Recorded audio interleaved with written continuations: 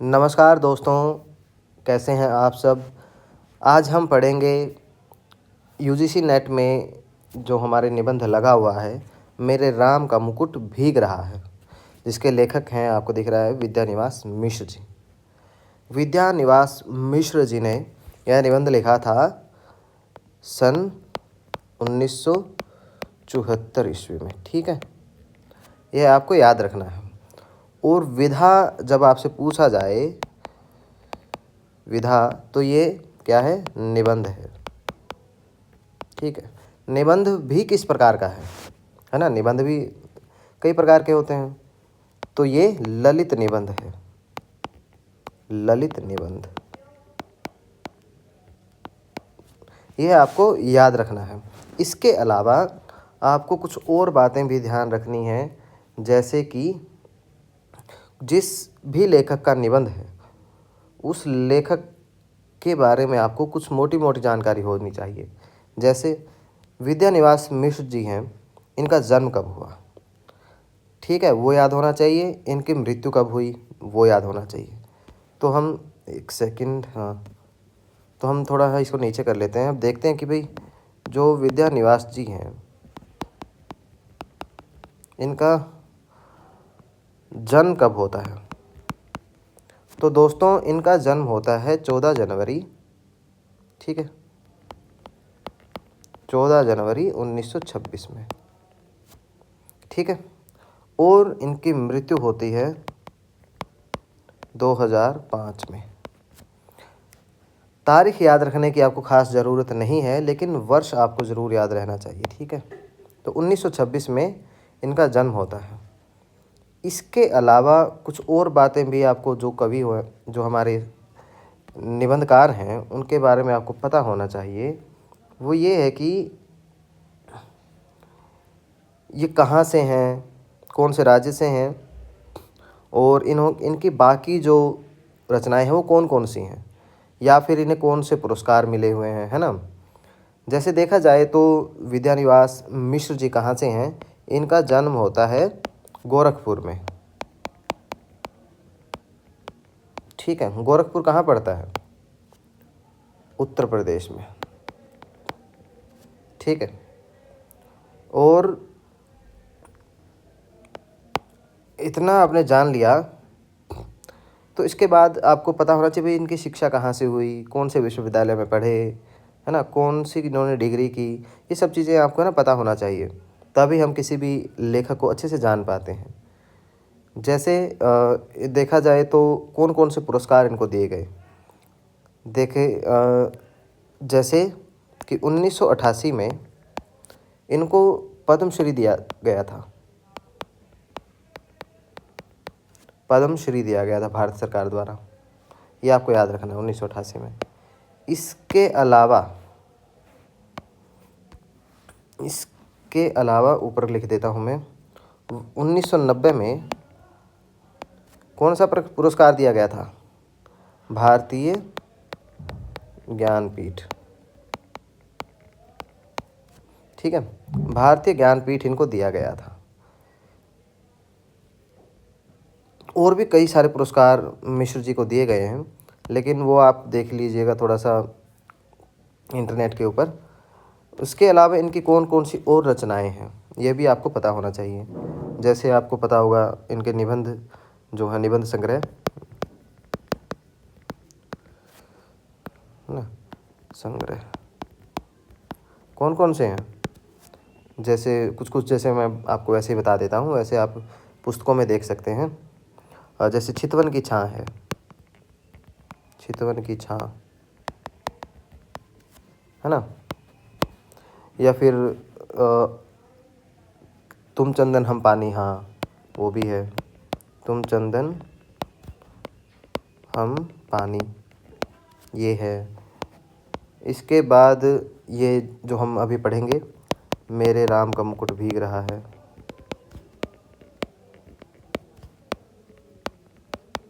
भीग रहा है, राइटिंग ऐसी ही है तो आप अंदाज़ा लगा लेना, है ना। इसके बाद तमाल के झरोखे से,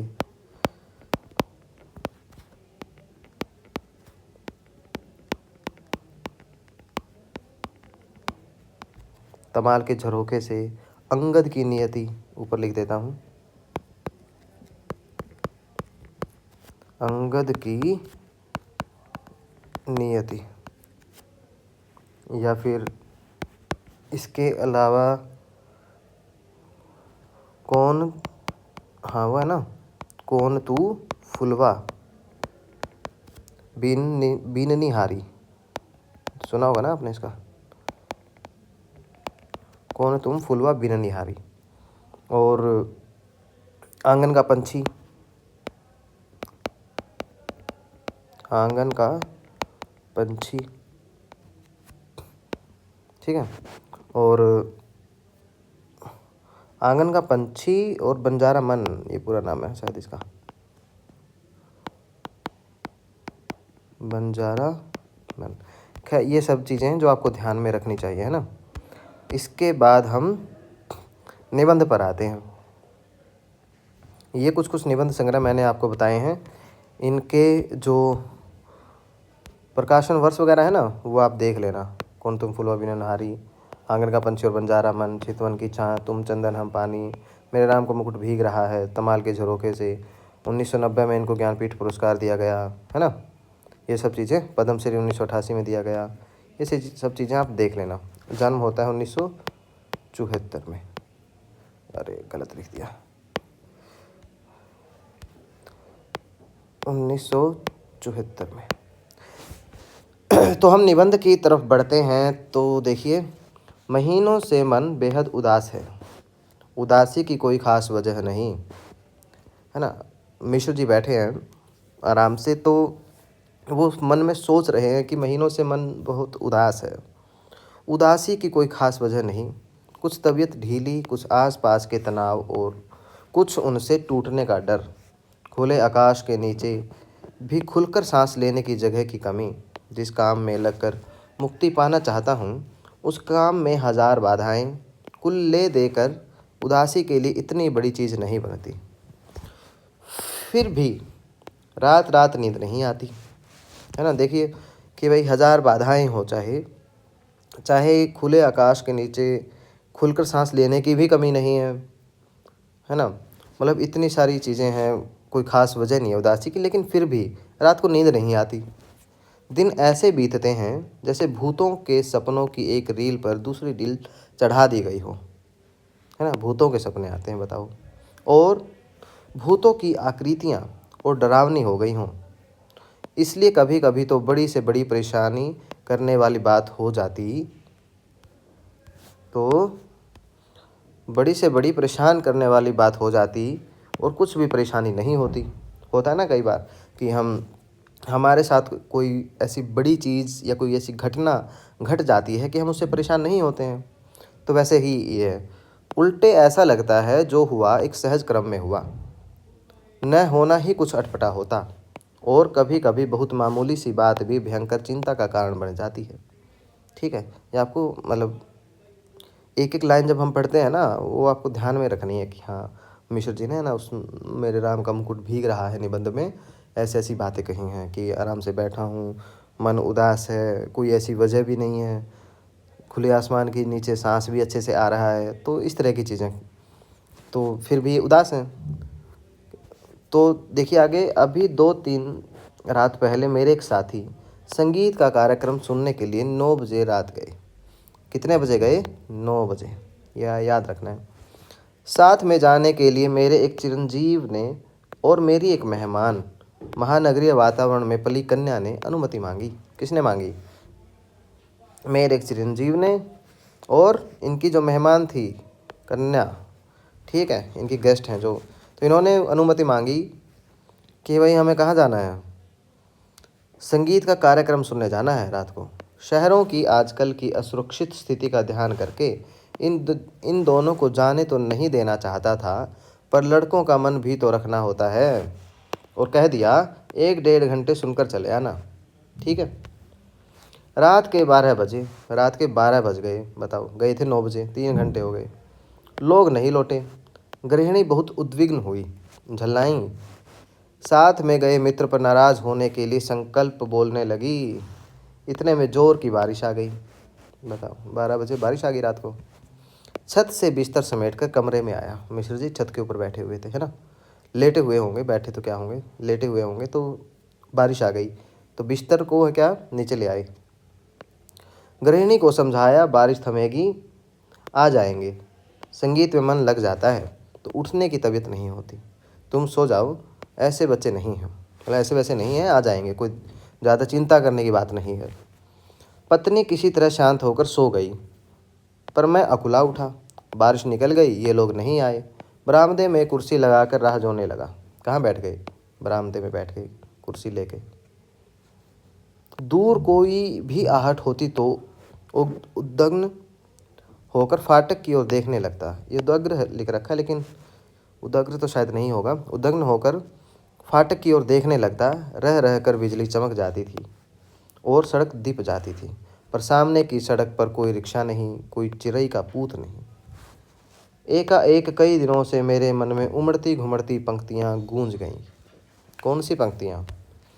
मोरे राम के भीजे मुकुटवा, लक्ष्मण के पटुकवा, मोरी सीता के भीजे से नुरवा, तय राम घर लौटही। मेरे राम का मुकुट भीग रहा होगा, ये ना इसका मतलब है। मेरे राम के भीजे मुकुटवा मतलब मेरे राम का मुकुट भीग रहा होगा। मेरे लखन का पटुका यानी दुपट्टा भीग रहा होगा। लक्ष्मण के पटुकुआ, पटुकुआ का क्या मतलब है? मतलब दुपट्टा, है ना। एक तो मैं पता नहीं लिखता कैसे हूँ, दोबारा से लिख के दिखाता हूँ आपको। दुपट्टा,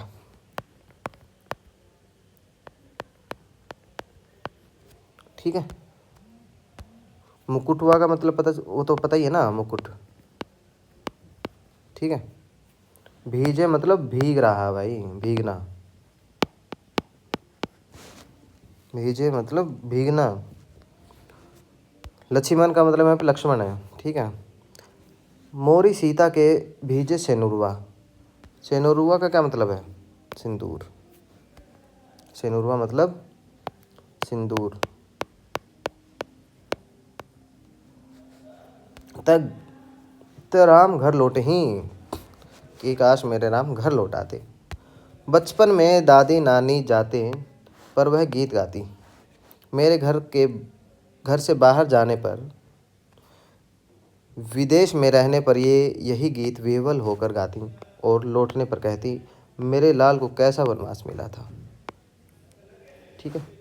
जब मुझे दादी नानी, अच्छा ये ध्यान में रखना है ना, कौन गाती थी गीत? दादी नानी गाती थी। कब गाती थी? जब ये विदेश रहने चले जाते थे। जब मुझे दादी नानी की इस आकुलता पर हंसी भी आती, गीत का स्वर बड़ा मीठा लगता, हाँ, तब उसका दर्द नहीं छूता। पर इस प्रतीक्षा में एकाएक उसका दर्द उस ढलती रात में उभर आया और सोचने लगा, आने वाली पीढ़ी पिछली पीढ़ी की ममता की पीड़ा नहीं समझ पाती। क्या बात है, कितनी महत्वपूर्ण बात है। आने वाली पीढ़ी पिछली पीढ़ी की ममता की पीड़ा नहीं समझ पाती। क्या बोलते हैं कि बूढ़े हो गए हैं तो इनको क्या पता, ज़माना मॉडर्न हो गया, इनको क्या पता, है ना। लेकिन वो ये नहीं समझ पाते, जो नई जनरेशन होती है, कि जो उनके माँ बाप हैं उनका अनुभव उनसे ज़्यादा है। जो बच्चे अपने माँ बाप को मूर्ख समझते हैं या फिर नासमझ समझते हैं, उनको समझ लेना चाहिए ये बात, कि उनके माँ, जो चीज़ें हम कर रहे हैं ना, वो हमारे माँ बाप ने कर ली है। जो हम करेंगे भविष्य में, जो करेंगे वो भी अब हमारे माँ बाप जो कर चुके हैं, क्योंकि बुज़ुर्गों के पास अनुभव होता है बहुत ज़्यादा। तो जो आने वाली पीढ़ी होती है ना, वो पिछली पीढ़ी की ममता की पीड़ा नहीं समझ पाती, और पिछली पीढ़ी अपनी संतान के संभावित संकट की कल्पना मात्र से उद्विग्न हो जाती है। सही बात है ना। किसी भी माँ बाप का बच्चा एक बाहर चला जाए, थोड़ा सा भी लेट हो जाए तो उनको इतनी चिंता हो जाती है, उद्विग्न हो जाते हैं। मन में यह प्रतीति ही नहीं होती कि अब संतान समर्थ है। बिल्कुल, माँ बाप कभी नहीं सोचते कि भाई हमारे बच्चे बड़े हो गए हैं, आ जाएंगे अपने आप। नहीं, उनको ये लगता है कि यार पता नहीं कहाँ गए, पता नहीं लेट हो गए, क्यों नहीं आए अब तक, है ना। तो ऐसा ही है, बड़े से बड़ा संकट झेल लेगी, लेकिन बार बार मन को समझाने की कोशिश करता। लड़की दिल्ली विश्वविद्यालय के कॉलेज में पढ़ाती है। कहाँ पढ़ाती है लड़की? दिल्ली विश्वविद्यालय के एक कॉलेज में। याद रखना है। लड़का संकट बोध की कविता लिखता है। ठीक है, ये ध्यान रखना है। इसको भी 75 कर लेता हूँ।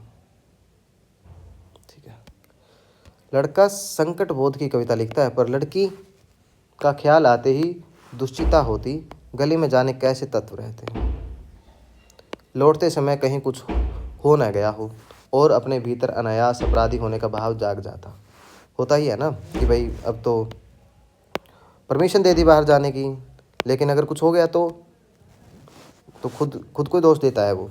मुझे रोकना चाहिए था या कोई व्यवस्था करनी चाहिए थी। पराई लड़की, और लड़की तो हर एक पराई होती है, धोबी की मुठरी की तरह घाट पर खुले आकाश में कितने दिन फहराएगी। अंत में उसे गृहिणी बनने जाना ही है। घर आई, कहीं कुछ हो ना जाए, है ना। चिंता तो होती है ना। तो मन फिर घूम गया कौशल्या की ओर। किसकी ओर घूम गया? कौशल्या की ओर। लाखों करोड़ों कौशल्याओं की ओर। कौशल्या का अर्थ यहाँ पर माता से है ना। और लाखों करोड़ों कौशल्याओं के द्वारा, ये मिट रहे हैं बीच बीच में, लाखों करोड़ों कौशल्याओं के द्वारा मुखरित एक अनाम रूप कौशल्या की ओर। इन सबके राम वन में निर्वासित हैं। पर क्या बात है कि मुकुट अभी भी उनके माथे पर बंधा है और उसी के भीगने की इतनी चिंता है। क्या बात है कि आज भी काशी की रामलीला, क्या बात है कि आज भी काशी की रामलीला के आरंभ होने के पूर्व एक निश्चित मुहूर्त में मुकुट की ही पूजा सबसे पहले की जाती है ना, ताकि कोई मतलब इस प्रकार से कोई गलत चीज़ ना हो जाए, या फिर आस्था भी एक तरह से है उसमें। खैर, क्या बात है कि तुलसीदास ने कानन को सत अवध समाना कहा और चित्रकूट में ही पहुंचने पर उन्हें कली की कुटिल कुचाल दिख पड़ी। यह ध्यान रखना है ना। तुलसीदास ने क्या किया? कानन को क्या कहा? सत अवध समाना। मुकुट होता है ना कानन।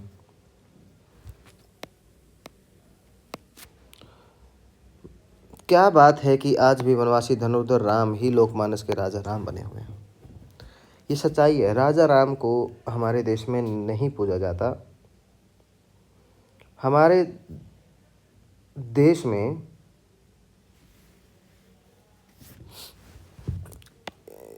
रुकिए, कानन, मैं यही सोच रहा था कि कानन का अर्थ मुकुट तो नहीं था।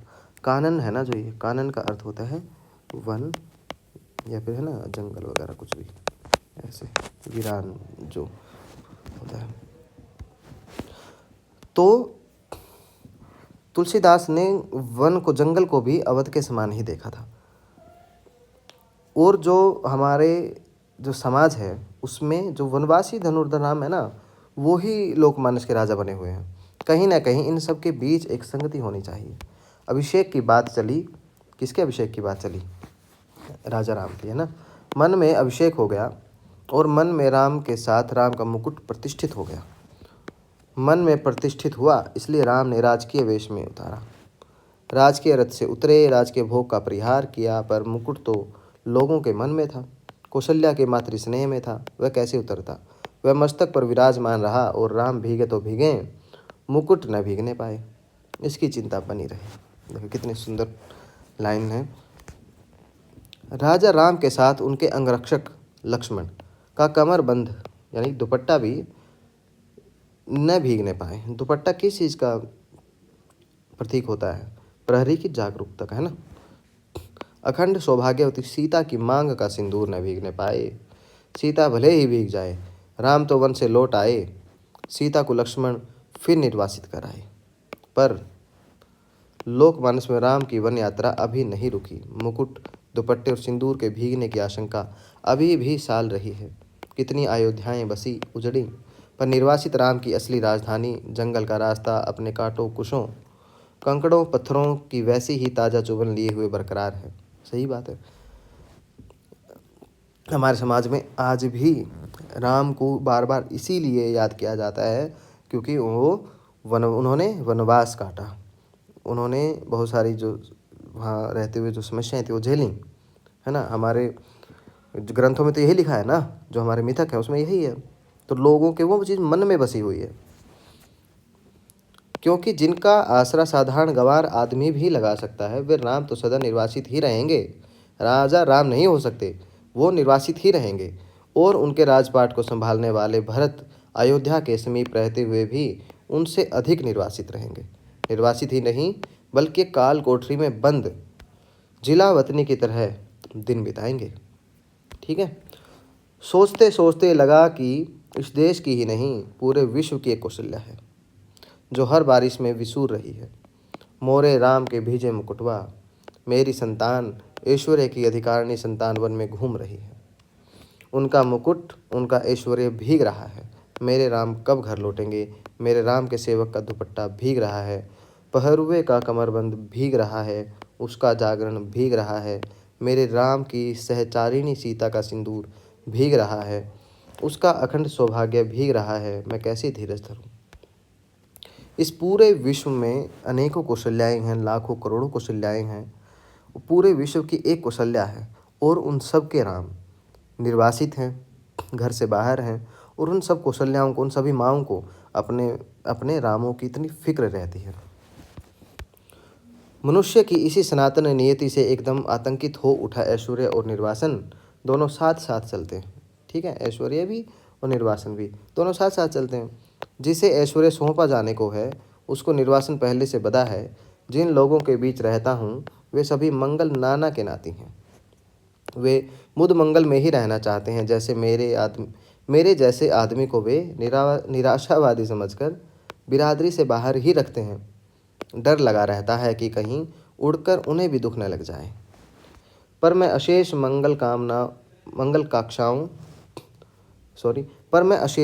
मंगलाकांक्षाओं के पीछे से झांकती हुई दुर्निवार शंकाकुल आंखों में झांकता हूँ, तो मंगल का सारा उत्साह फीका पड़ जाता है, और बंधनवार न दिखकर बटोरी हुई रस्सी की शक्ल में कुंडली मारे नागिन दिखती है। जुकाम हो गया ना, तो बोला ही नहीं जा रहा ढंग से, कई शब्द ऐसे आते हैं। जैसे था ना, बोला नहीं जा रहा था, मंगलाकांक्षाओं। तो उंधाई हुई अधफूटी गगरी दिखता है। उत्सव की रोशनी का तामझाम, धुओं की गांठों का अंबार दिखता है, और मंगलवाद्य डेरा उखाड़ने वाले अंतिम कारबरदार की उसास में बजकर एक बारगी बंद हो जाता है। लागती अवध भयावह भारी, मानहूँ काल राती अंधियारी, घोर जंतु समपुर नर नारी, डर पहीं एक ही एक निहारी। ये आपको याद कर लेना है। ठीक है, इम्पोर्टेंट।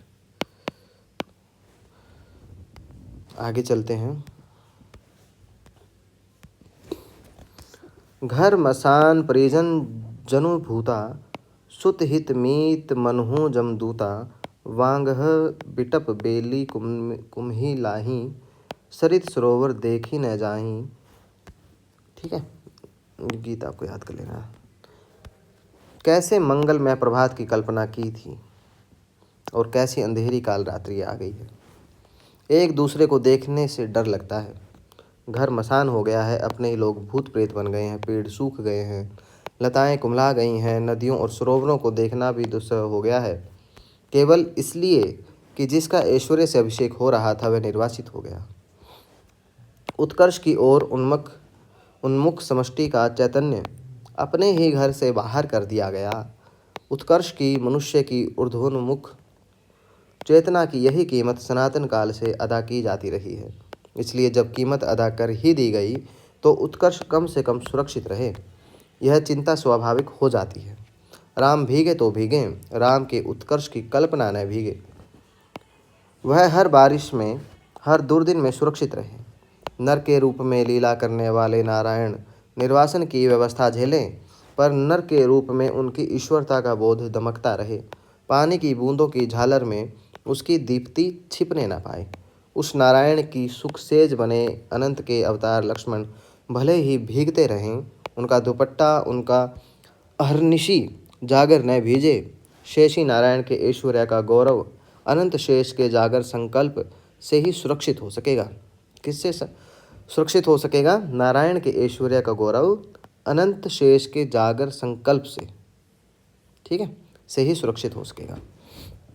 इन दोनों का गौरव जग जननी आद्या शक्ति के अखंड सौभाग्य सीमंत सिंदूर से रक्षित हो सकेगा। उस शक्ति का एक निष्ठ प्रेम पाकर राम का मुकुट है। उस शक्ति का एक निष्ठ प्रेम पाकर राम का मुकुट है, क्योंकि राम का निर्वासन वस्तुतः सीता का दोहरा निर्वासन है। ठीक बात है। राम तो लौटकर राजा होते हैं, पर रानी होते ही सीता राजा राम द्वारा वन में निर्वासित कर दी जाती है। ये ध्यान रखना आपको, ठीक है। राम तो आ जाते हैं वापस अयोध्या, राजा बन जाते हैं, लेकिन सीता क्योंकि तो पहले से निर्वासित थी। दो प्रकार के दुख सीता को थे। एक तो उनके पति जो निर्वासित हो गए हैं, जो वन में घूम रहे हैं, वो दुख। एक खुद उनके साथ दुखी हो रही हैं, जो कभी राजमहल से बाहर ही नहीं गई, उनको जंगल में रहना पड़ रहा है, तो कितना बड़ा दुख है ना। एक वो दुख। तो वहाँ से लौटकर जब घर आती हैं तो राम फिर से उनको निर्वासित कर देते हैं। राम के साथ लक्ष्मण हैं, सीता हैं। सीता वन्य पशुओं से घिरी हुई विजन में सोचती हैं, प्रसव की पीड़ा हो रही है, कौन इस वेला में सहारा देगा? कौन प्रसव के समय प्रकाश दिखलाएगा? कौन मुझे संभालेगा? कौन जन्म के गीत गाएगा? क्योंकि जब सीता को राज्य से निकाला गया, निर्वासित किया गया, उस समय पर वे क्या थी? वो पेट से थी, है ना, प्रेग्नेंट थी। तो उस समय पर सीता सोच रही हैं कि भाई मैं वन में आ गई हूँ, चारों तरफ वन्य पशु हैं, जीव जंतु हैं, और प्रसव की पीड़ा हो रही है, और इस समय पर, इस वेला में कौन सहारा देगा? कौन प्रसव के समय प्रकाश दिखाएगा? कौन मुझे संभालेगा? कौन मेरे बच्चों के लिए जन्म के गीत गाएगा? कोई गीत नहीं गाता। सीता जंगल की सूखी लकड़ी बीनती हैं, जलाकर अंजोर करती हैं और जुड़वा बच्चों का मुंह निहारती हैं। दूध की तरह अपमान की ज्वाला में चित कूद पड़ने के लिए उफनता है, और बच्चों की प्यारी और मासूम सूरत देखते ही उस पर पानी के छींटे पड़ जाते हैं, उफान दब जाता है। पर इस निर्वासन में भी सीता का सौभाग्य अखंडित है। वह राम के मुकुट को तब भी प्रमाणित करता है।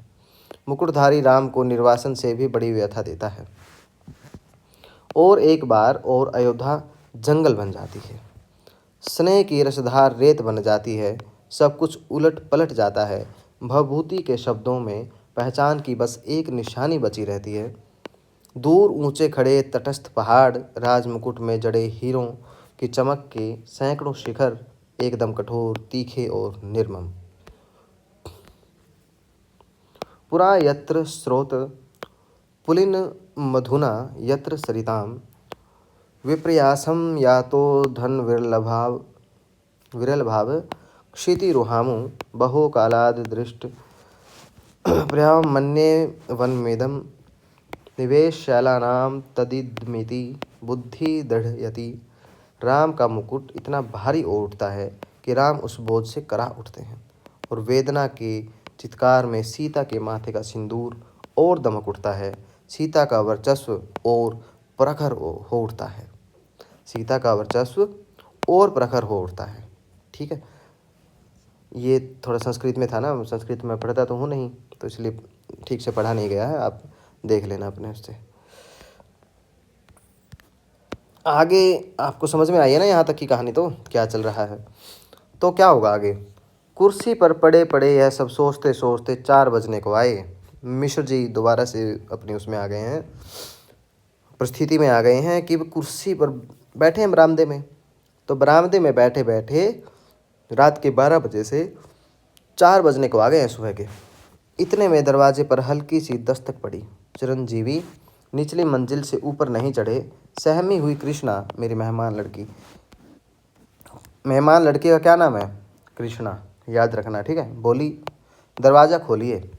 आंखों में इतनी कातरता कि कुछ कहते नहीं बना।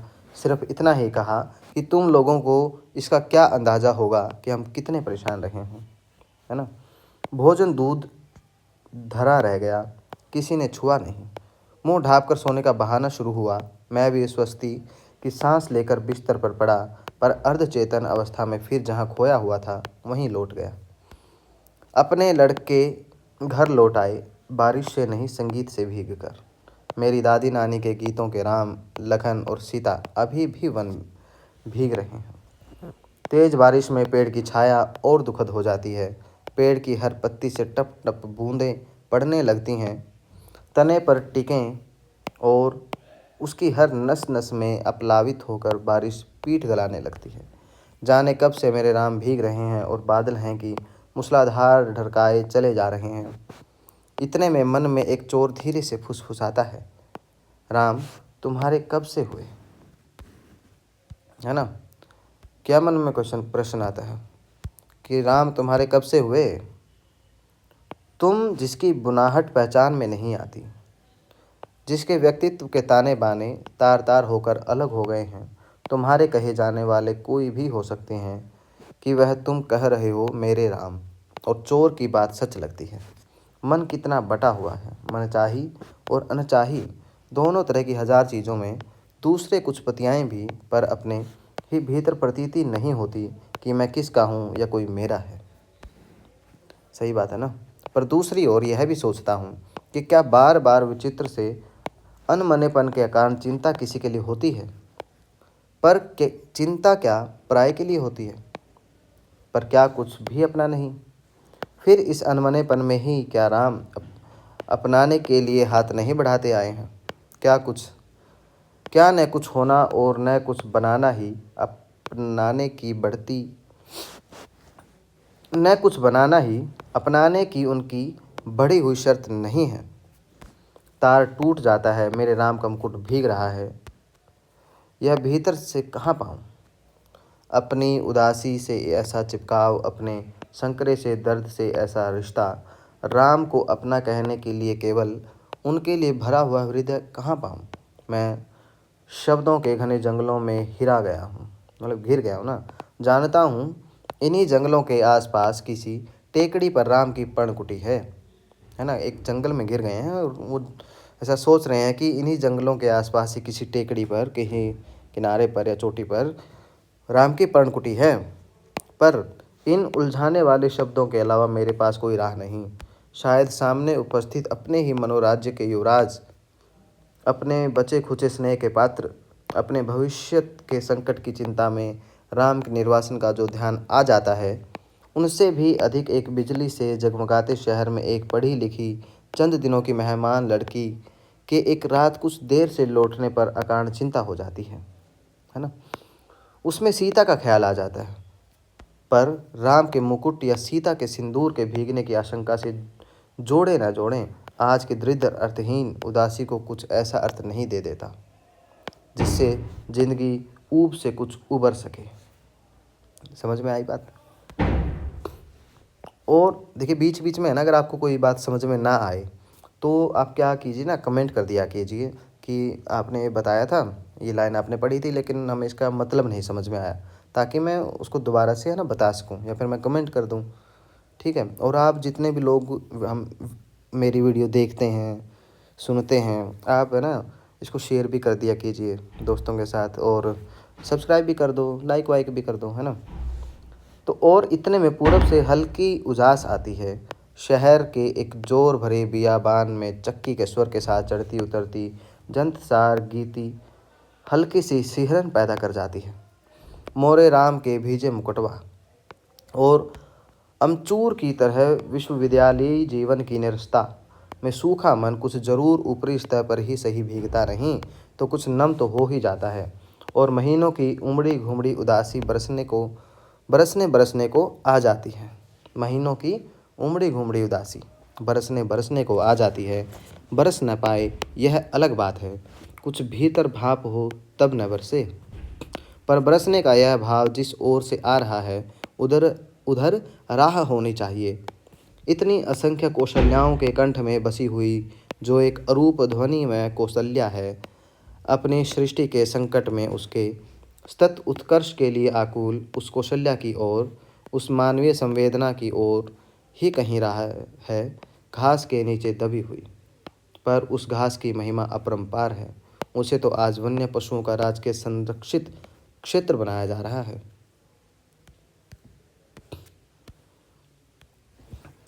नीचे ढकी हुई राह तो सैलानियों के घूमने के लिए है, वन्य पशुओं के प्रदर्शन के लिए है, फोटो खिंचवाने वालों की चमकती छवि यात्राओं के लिए बहुत सी रमणीक स्थली बनाई जा रही है। उस राह पर तुलसी और उसके मानस के नाम पर बड़े बड़े तमाशे होंगे, फुलझड़ियाँ दगेंगी, सैर सपाटे होंगे, पर वह राह ढकी ही रह जाएगी। केवल चक्की का स्वर, श्रम का स्वर ढलती रात में, भीगती रात में अनसोए वात्सल्य का स्वर राह तलाशता रहेगा। किस ओर राम मुड़े होंगे बारिश से बचने के लिए, किस ओर बता दो सखी। तो आप सभी ने मेरे साथ साथ इस निबंध को पढ़ा।